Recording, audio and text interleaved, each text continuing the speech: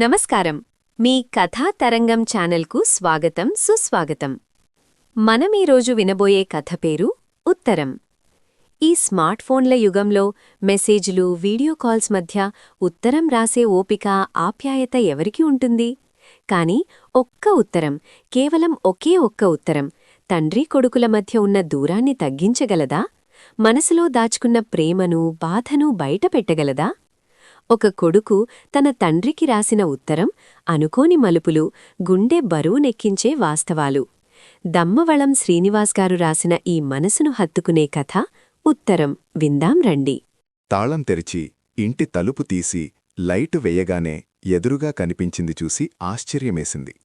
గబగబా 2 అడుగులు వేసి వంగి నేలమీద పడున్నడాన్ని అందుకున్నాను. అదో ఉత్తరం నా పేరున వచ్చింది. ఎక్కడ్నుంచా అని చూశాను. ఫ్రమ్ అడ్రస్ లేదు. ఈ రోజుల్లో ఉత్తరం ఏంటి, ఫోన్లో క్షరాల్లో మెసేజ్ పంపడం, చదవడం, రకరకాలుగా రియాక్షన్లు ఇవ్వడం కూడా అయిపోతోందే.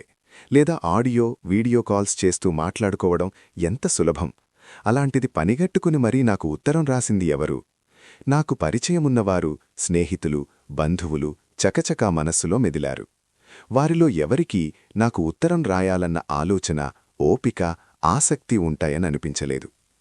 ఎవరు రాసుంటారా అని మనస్సులో రేగుతున్న కుతూహలాన్ని కావాలనే కాసేపు పొడిగిస్తూ కవరు చించకుండా బల్లమీద పెట్టేశాను. కవరుమీద అంటించిన స్టాంపులు, వాటిమీద పోస్టల్ డిపార్ట్మెంటు వారి ముద్రా చూస్తే ముచ్చటేసింది. ఎన్నేళ్లయింది అలాంటి కవర్ అందుకుని. త్వరగా బట్టలు మార్చుకుని ఫ్రెష్ అయి ముందు గదిలోకి వెళ్లి సోఫాలో తీరిగ్గా కూర్చుని ఉత్తరం విప్పాను. అచ్చ తెలుగులో మరీ అంత కుదురుగా లేని చేతిరాతతో రాసిన ఉత్తరమది. గబుక్కున ఉత్తరం చివరకు వెళ్లి ఎవరు రాశారో తెలుసుకుందామన్న కోరికను సరదాగా అణిచివేశాను. పూర్తిగా చదివితే ఎవరు రాసిందో తెలుస్తుందిగా అనుకుంటూ చదవడం మొదలుపెట్టాను.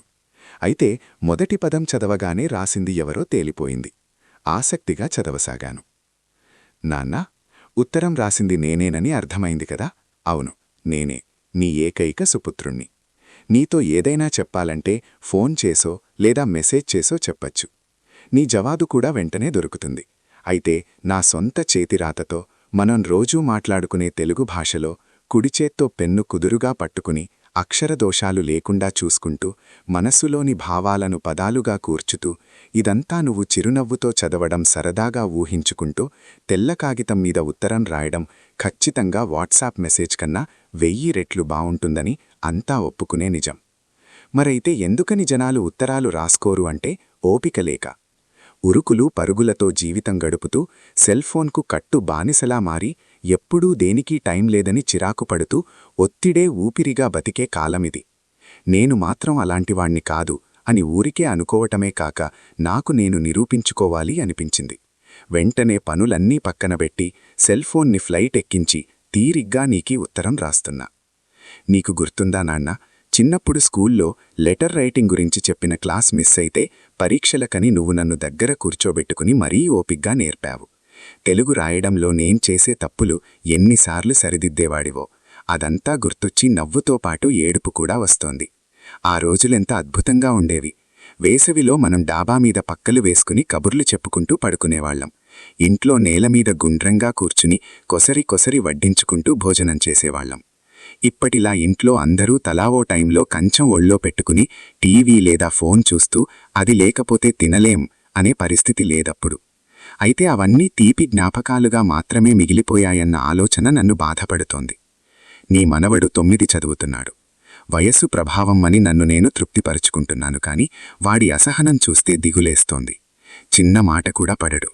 పెద్ద చిన్న తేడా లేకుండా ఎగిరిపడుతాడు. ఇంటికే వచ్చి చదివించే ట్యూషన్ టీచర్ అంటే లెక్కలేనట్టుగా ఉంటాడు.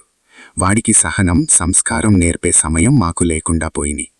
చిన్నప్పుడు ఆటలైపోయి ఇంటికి చేరాక నువ్వెప్పుడు వస్తావా అని ఎదురు చూసేవాణ్ణి.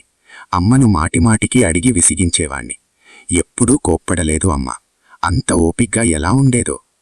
నీ కోడలికి ఆ ఓపికలో 1% కూడా లేదు నీ మనవడి విషయంలో. పాపం అమ్మ ఏ లోకంలో ఎలా ఉందో ఏంటో. ఆవిడ్ని తలచుకున్నప్పుడల్లా దుఃఖం మనస్సుపైన దాడి చేసి నన్ను ఓడించేస్తోంది. నాకే ఇలా ఉంటే నీ పరిస్థితి ఏంటో ఊహించగలను. మొన్నీ మధ్య ఎయిర్ ఇండియా విమానం కూలిపోయి 100 మంది చనిపోయారని తెలిసినప్పుడు నాకెందుకో జీవితం మీద అదోలాంటి విరక్తి ఏర్పడింది. తేరుకోవడానికి 4-5 రోజులు పట్టింది. ఏంటి జీవితం అనిపించసాగింది. మన చేతిలో ఏదీ ఉండదు, అంతా అద్భుతంగా ఉంది అనుకుంటుండగానే అకస్మాత్తుగా జీవితం ఛిద్రం అవ్వచ్చు. నీకీ ఉత్తరం రాయడానికి ఆ ఫ్లైట్ యాక్సిడెంట్ కూడా ఓ కారణమే. నాకో విషయం బాగా తెలిసొచ్చింది. జీవితమంటే వర్తమానమే. భవిష్యత్తులోని ఒక్క నిమిషం కూడా మన చేతిలో ఉండదు. వర్తమానంలో మనం చేసిందే చేసినట్టు. అవును నాన్న, ఎన్నో ఏళ్లుగా నా మనస్సు లోతుల్లో నిక్షిప్తమై ఉండిపోయిన ఓ విషయం నీకు భవిష్యత్తులో కాక ఇప్పుడే చెప్పాలి అనిపించింది.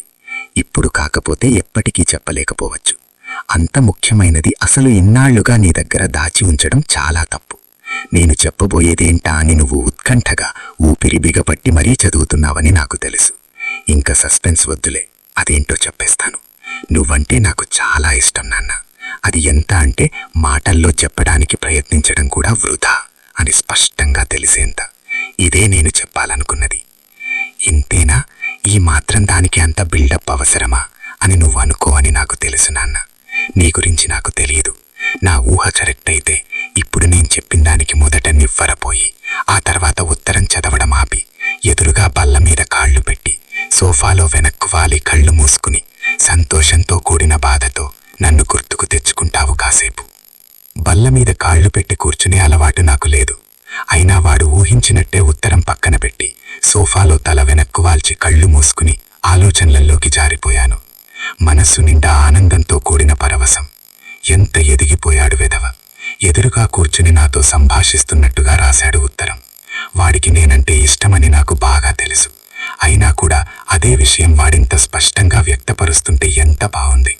అందుకేనా ఏ బంధుత్వంలోనైనా కమ్యూనికేషన్ ఎంతో ముఖ్యమని చెప్పేది. అలా కాసేపు మరిచిపోయి ఉండిపోయాక తడి కళ్ళను తుడుచుకుంటూ ఉత్తరం చదవడం కొనసాగించాను. నేను చెప్పినట్టే చిన్న ఇంటర్వెల్ తర్వాత ఉత్తరం మళ్ళీ చదవడం మొదలుపెట్టావా? Very good. నువ్వు సరిగ్గా పట్టించుకుంటావో లేదో తెలియదు. నా వయస్సు ఇప్పుడు 45. ఆఫీసులో పని ఒత్తిడి బాగా పెరిగి ఇంట్లో వారి మీద అరవడం, విసుక్కోవడం ఎక్కువైంది. అది తప్పని తెలుస్తూనే ఉంటుంది, కానీ ఏమీ చెయ్యలేకపోవడం కూడా బాగా తెలుస్తోంది. ఆవేశం తగ్గాక వచ్చే సరైన ఆలోచనలు నన్ను అపరాధ భావంతో బాధ పెడుతున్నాయి. ఒక్కోసారి నన్నెవరూ అర్థం చేసుకోరు అని బలంగా అనిపిస్తోంది. 6 నెలల క్రితం నువ్వు ఇక్కడకు వచ్చినప్పుడు కూడా చాలా చిన్న చిన్న విషయాల గురించి నీ మీద అరిచేశాను. ఎంతో నొచ్చుకుని ఉంటావు. నేను చేసింది ముమ్మాటికి తప్పే. అయితే ఒక్క విషయం నాన్న, నేను చూపిన అసహనం, విసుగు వెనకున్న ఏకైక కారణం నీ మీద నాకున్న చనువు. ఆ చనువుకు పునాది నీ మీద నాకున్న స్వచ్ఛమైన ప్రేమ మాత్రమే. అంటే నేనెప్పుడైనా నీ మీద విసుగు ప్రదర్శించాను అంటే నీ మీదున్న ప్రేమను ప్రేమగా ప్రకటించాను అని అర్థం. ఇదే సూత్రం మీ కోడలి విషయంలోనూ వర్తిస్తుంది. తనకిదంతా ఎన్నోసార్లు చాలా స్పష్టంగా చెప్పి నన్ను అర్థం చేసుకోమని కోరాను. తన వల్ల కాలేదు. ఇంట్లో వారి మీద నేను చూపే విసుగుకు కారణం వాళ్ళంటే నాకున్న చులకన భావం అని తప్పుగా అనుకుంటుంది. కానీ నువ్వు మటుకు నన్ను సరిగ్గా అర్థం చేసుకుంటావని నాకు తెలుసు నాన్న. అలా అని నేను చేసింది మంచి పనే అని సమర్థించుకోవటం లేదు. నేను చేసిన తప్పులో కూడా నా ప్రేమ కనబడుతోంది చూడమని చెప్తున్నాను. అలా చూడగలిగితే ఇంట్లో వారి తప్పుల్ని పట్టించుకోకుండా ఉండటం లేదా క్షమించడం తేలికవుతుంది. నిజానికి నీకు నా మీదున్న అధికారానికి నువ్వు కూడా గొంతు పెంచి నన్ను కోపంగా తిట్టి నేను చేసేది తప్పు అని అప్పటికప్పుడు చెప్పి ఉండొచ్చు. అలా జరిగి ఉంటే నాకు చాలా సంతోషంగా ఉండేదేమో. నీ విసుగును నువ్వు మౌనంగా భరించడమే నాకు భరించలేనిదిలా తయారైంది. సరే, ఇంతకీ ఈ ఉత్తరం ఇదంతా చెప్తున్నది ఎందుకనుకున్నావు? నిన్నో కోరిక కోరడానికి. నువ్వు కాదంటావన్న అభిప్రాయంతోనే ఇంత వివరమైన ఉపోద్ఘాతం రాయాల్సి వచ్చింది.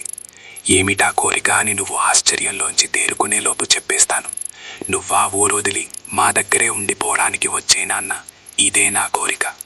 నేనిక్కడ సిటీలో ఉండాల్సిన ఆర్థిక అవసరం మనకు లేకపోతే ఏది ఏమైనా సరే మేమంతా అక్కడికే వచ్చి నీతోనే ఉండిపోయేవాళ్ళం. నీకెన్నోసార్లు చెప్పాను ఈ విషయం. మనమంతా కలిసి ఒకే చోట ఒకే ఇంట్లో ఉంటే ఎంత బాగుంటుంది అన్న ఊహకే నా మనసు పులకరిస్తోంది. నీకు అక్కడే బాగుంటుందని నాకు తెలుసు, కానీ అందుకు గల కారణాలే నాకు కొరుకుడు పడవు. నీకు నచ్చేది అక్కడి ఇల్లు, స్నేహితులు, వాతావరణం కావచ్చు. అయితే అవి మన ఆప్యాయత, అనుబంధం కన్నా ఎక్కువ. మనం ఒకరినొకరం కనిపెట్టుకుని ఉంటూ సరదాగా ప్రేమగా గడిపే జీవితం కన్నా నీకవి ఎక్కువ నాన్న. మీ పనుల్లో మీరుంటే అక్కడ నాకేమి తోస్తుంది అంటావా? మనం ప్రతిరోజు తీరిగ్గా కూర్చుని కబుర్లు చెప్పుకోనవసరం లేదు. స్వచ్ఛమైన ఆత్మీయతతో కూడిన కుటుంబ సభ్యుల ఉనికి మనకు చాలదు. మాట్లాడుకుంటేనే పట్టించుకున్నట్ట కాదు కదా. అమ్మ జీవించి ఉండగా విషయం వేరు. అప్పుడు మీ ఇద్దరు ఒకరికొకరు తోడున్నారన్న తృప్తి నాకుండేది. ఇప్పుడు నువ్వలా ఒంటరిగా మాకు దూరంగా ఉండటం సరికాదు. ఇక్కడకు వచ్చేసి 2-3 నెలలకోసారి అక్కడకు వెళ్ళి స్నేహితులని కలిసి కొద్ది రోజులు గడిపి రావచ్చు. అక్కడ మన ఇల్లు ఎవరికీ ఇవ్వకుండా నీకోసమే ఉంచేద్దాం. ఇక్కడ మన ఇంట్లో నీకో గది కేటాయిస్తామని చెప్పా కదా. ఇక్కడే ఉండి చక్కటి ఆరోగ్యవంతమైన దినచర్య అలవాటు చేసుకో. ఉదయాన్నే మేమంతా వాకింగ్కు వెళ్తాం, ఫోన్ తీసుకెళ్లకుండా. నువ్వు కూడా మాతో పాటు వస్తే ఎంత బాగుంటుంది ఆలోచించు. ఇంట్లో వారితో సరదాగా నడుస్తూ, ఫోన్ కాల్స్ మెసేజ్లకు దూరంగా కబుర్లు చెప్పుకుంటూ, ఒకరితో ఒకరు నడవటంలో పోటీ పడుతూ, నగరంలోని వేకువజాము అందాలను వీక్షిస్తూ, ఇంతకు మించిన ఆనందం ఇంకేమైనా ఉంటుందా అని ఆలోచించటం కూడా అవసరం కదూ. సొంత ఊళ్ళోనే ఉండగలగటం నిజంగా అదృష్టమే, కాదని ఎవరు అనరు. అలాంటి అదృష్టం నువ్వు ఎన్నో ఏళ్ళు అనుభవించావు. ఇక ఇప్పుడు మాతో ఉండిపో నాన్న. ఎందుకంటే సొంత ఊళ్ళో ఉండటం కన్నా తల్లిదండ్రులతో కలిసి ఉండటమే నిజమైన అదృష్టం. అలాంటి అదృష్టాన్ని నువ్వు మాకు ఇక మీదటైనా కలిగించవు. గతంలోలా నేల మీద హాయిగా పాసింపట్టు వేసుకుని కూర్చోవడం కుదరకపోయినా డైనింగ్ టేబుల్ మీద ఫోన్, టీవీలకు దూరంగా కబుర్లు చెప్పుకుంటూ నీతో కలిసి భోజనం చేయాలని ఉంది ప్రతిరోజు. నీ మనవణ్ణి నువ్వు తేలిగ్గా దారిలో పెట్టగలవు. చిన్నప్పుడు నాకు నేర్పినట్టే వాడిక్కూడా మంచి బుద్ధులు నేర్పి సరైన మార్గం చూపవా నాన్నా? ఈ విషయంలో నువ్వు కాకే నాకింకెవరైనా సాయపడగలరా? ఇక్కడ సాయం అన్న పదం సరైనదేనా? మనసు పెట్టి ఆలోచించు. అమ్మ మనతో లేదనే ఆవేదన, లోటు మనమిద్దరం తప్ప ఇంకెవరైనా పంచుకోగలరా? ఈ పని మనం ఫోన్లో చేయగలమా చెప్పు? మనమిద్దరం ఒకరికొకరం తోడుగా ఉండొద్దు? పని ఒత్తిడి వల్లో లేక మనో కారణం వల్లో మీ కోడలికి నాకు మనస్పర్ధలు వస్తే నువ్వు మాకో పెద్ద దిక్కుగా ఉండి ఇద్దరికీ సర్ది చెప్పొచ్చు కదా. నువ్వంటే తనకి ఎంతో గౌరవం. ఆఫీసు విషయాలు ఇంటికి తెచ్చి మనసు పాడు చేసుకోవడం మంచిది కాదు అని తెలుసు కాని దాన్ని పాటించడానికి కావాల్సిన ప్రేరణ లేదేమో అనిపిస్తుంది. నువ్వు కూడా ఇక్కడే మాతో పాటు ఉంటే నేను ఖచ్చితంగా మారతాను అని నా నమ్మకం. నువ్వు మాతోనే ఉండిపోవటం కన్నా గొప్ప ప్రేరణేదీ నాకు తెలిసి లేదు. మా అందరికీ దూరమై ఎందుకొచ్చిన ఒంటరి జీవితం నాన్నా నీకు? అర్జెంటుగా ఇక్కడికొచ్చాయి.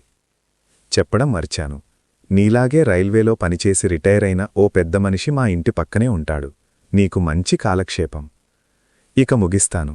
ఇంత పెద్ద ఉత్తరానికి జవాబు ఏమివ్వాలా అని ఎక్కువగా ఆలోచించకు. రేయ్ వచ్చేస్తున్నాను అన్న చిన్న జవాబు చాలు. ఇది తప్ప ఇంకేదీ రాసినా చెప్పినా నీకు ఇంకో ఉత్తరం రాయాల్సి ఉంటుంది. జాగ్రత్త. ఉంటాను మరి. గోపి. ఉత్తరం చదవడం పూర్తిచేసి బాధగా మూలిగాను. చేతులు సన్నగా వణకడం తెలుస్తోంది.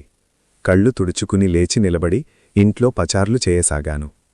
ఉద్వేగంతో కూడిన దుఃఖాన్ని నియంత్రించడం నా వల్ల కావడం లేదు. గోపి మా అబ్బాయి కాదు. రాసింది కూడా నాక్కాదు. పక్క వీధిలో ఉండే రైల్వేలో పనిచేసి రిటైర్ అయిన ఓ పెద్దాయనకి వాళ్ళబ్బాయి చెప్పిన ఉత్తరం అది. మా పేర్లు ఒకటే కావడం, మా ఇంటి నెంబర్లలో కేవలం ఒక అంకె మాత్రమే తేడా ఉండటంతో పోస్ట్మెన్ పొరపాటున ఉత్తరం మా ఇంట్లో వేసిపోయినట్టున్నాడు. ఉత్తరంలో చెప్పిన విషయాలన్నీ మా ఇంట్లో జరిగినట్టుగానే, మా అబ్బాయి చెబుతున్నట్టుగానే ఉండటంతో రాసింది నాక్కాదు అన్న అనుమానమే ఎక్కడా రాలేదు. చివర్లో రైల్వే ఉద్యోగం అన్నప్పుడే అర్థమైంది అది ఏ అడ్రస్కు వెళ్లాల్సిన ఉత్తరము. నా దుఃఖానికి కారణం ఉత్తరం నాకు రాలేదని కాదు. ఉత్తరం చదవాల్సిన పెద్దాయన 2 రోజుల క్రితమే గుండెనొప్పితో పోయాడు, ఉత్తరం చదవకుండానే. స్నేహితుడి కొడుకు పెళ్లికని వెళ్ళి నేను 4 రోజులుగా ఇంట్లో లేకపోవటంతో ఉత్తరం నా చేతికందడం ఆలస్యమైంది. అంతలోనే ఎంత పని జరిగింది. ఆలోచనల్లో దుఃఖంలో మునిగిపోయి తేరుకోడానికి చాలా సమయమే పట్టింది. మొదట వాళ్ళబ్బాయి గోపీకి జరిగిన పొరపాటు తెలియజేసి ఉత్తరం తిరిగి ఇచ్చేద్దామని అనుకున్నాను. అలా చేస్తే తను రాసింది తండ్రి చదవలేదని అతడికి రూఢీగా తెలిసిపోతుంది. తండ్రి తన ఉత్తరం చదివాకే పోయాడేమో అని అతడు ఏ కోసాన్నైనా అనుకుంటూ తృప్తిపడుతున్నాడేమో, నేనెందుకు అతడికా తృప్తి లేకుండా చెయ్యాలి? ఇలా ఆలోచించి చివరకు ఆ ఉత్తరం నా దగ్గరే ఉంచేయాలని నిర్ణయించుకున్నాను. అంతేకాదు మరో నిర్ణయం కూడా తీసుకున్నాను. ఉన్న పలంగా ఊరు విడిచి మా అబ్బాయి దగ్గరకు శాశ్వతంగా వెళ్ళిపోవాలని. విన్నారు కదా ఉత్తరం కథ. నిజంగా జీవితమంటే వర్తమానమే కదా. భవిష్యత్తులో ఏం జరుగుతుందో ఎవరికి తెలుసు? మన వాళ్లతో గడపాల్సిన సమయాన్ని, చెప్పాల్సిన ప్రేమను వాయిదా వేయకూడదని ఈ కథ మనకు గుర్తుచేసింది. ఈ కథ మీ మనసును కదిలించిందని భావిస్తున్నాను. మీకు ఈ కథ నచ్చినట్లయితే దయచేసి లైక్ చేయండి. మీ అభిప్రాయాన్ని కామెంట్స్లో తెలియచేయండి. ఇలాంటి మంచి కథలు మీ మిత్రులకు, కుటుంబ సభ్యులకు చేరాలంటే తప్పకుండా షేర్ చేయండి. మరిన్ని మంచి తెలుగు కథల కోసం మన కథాతరంగం ఛానల్ని ఇప్పుడే సబ్స్క్రైబ్ చేసుకోండి. పక్కనే ఉన్న గంట సింబల్ని నొక్కడం మర్చిపోకండి. మరో మంచి కథతో మళ్ళీ కలుద్దాం. అంతవరకు సెలవు. నమస్కారం.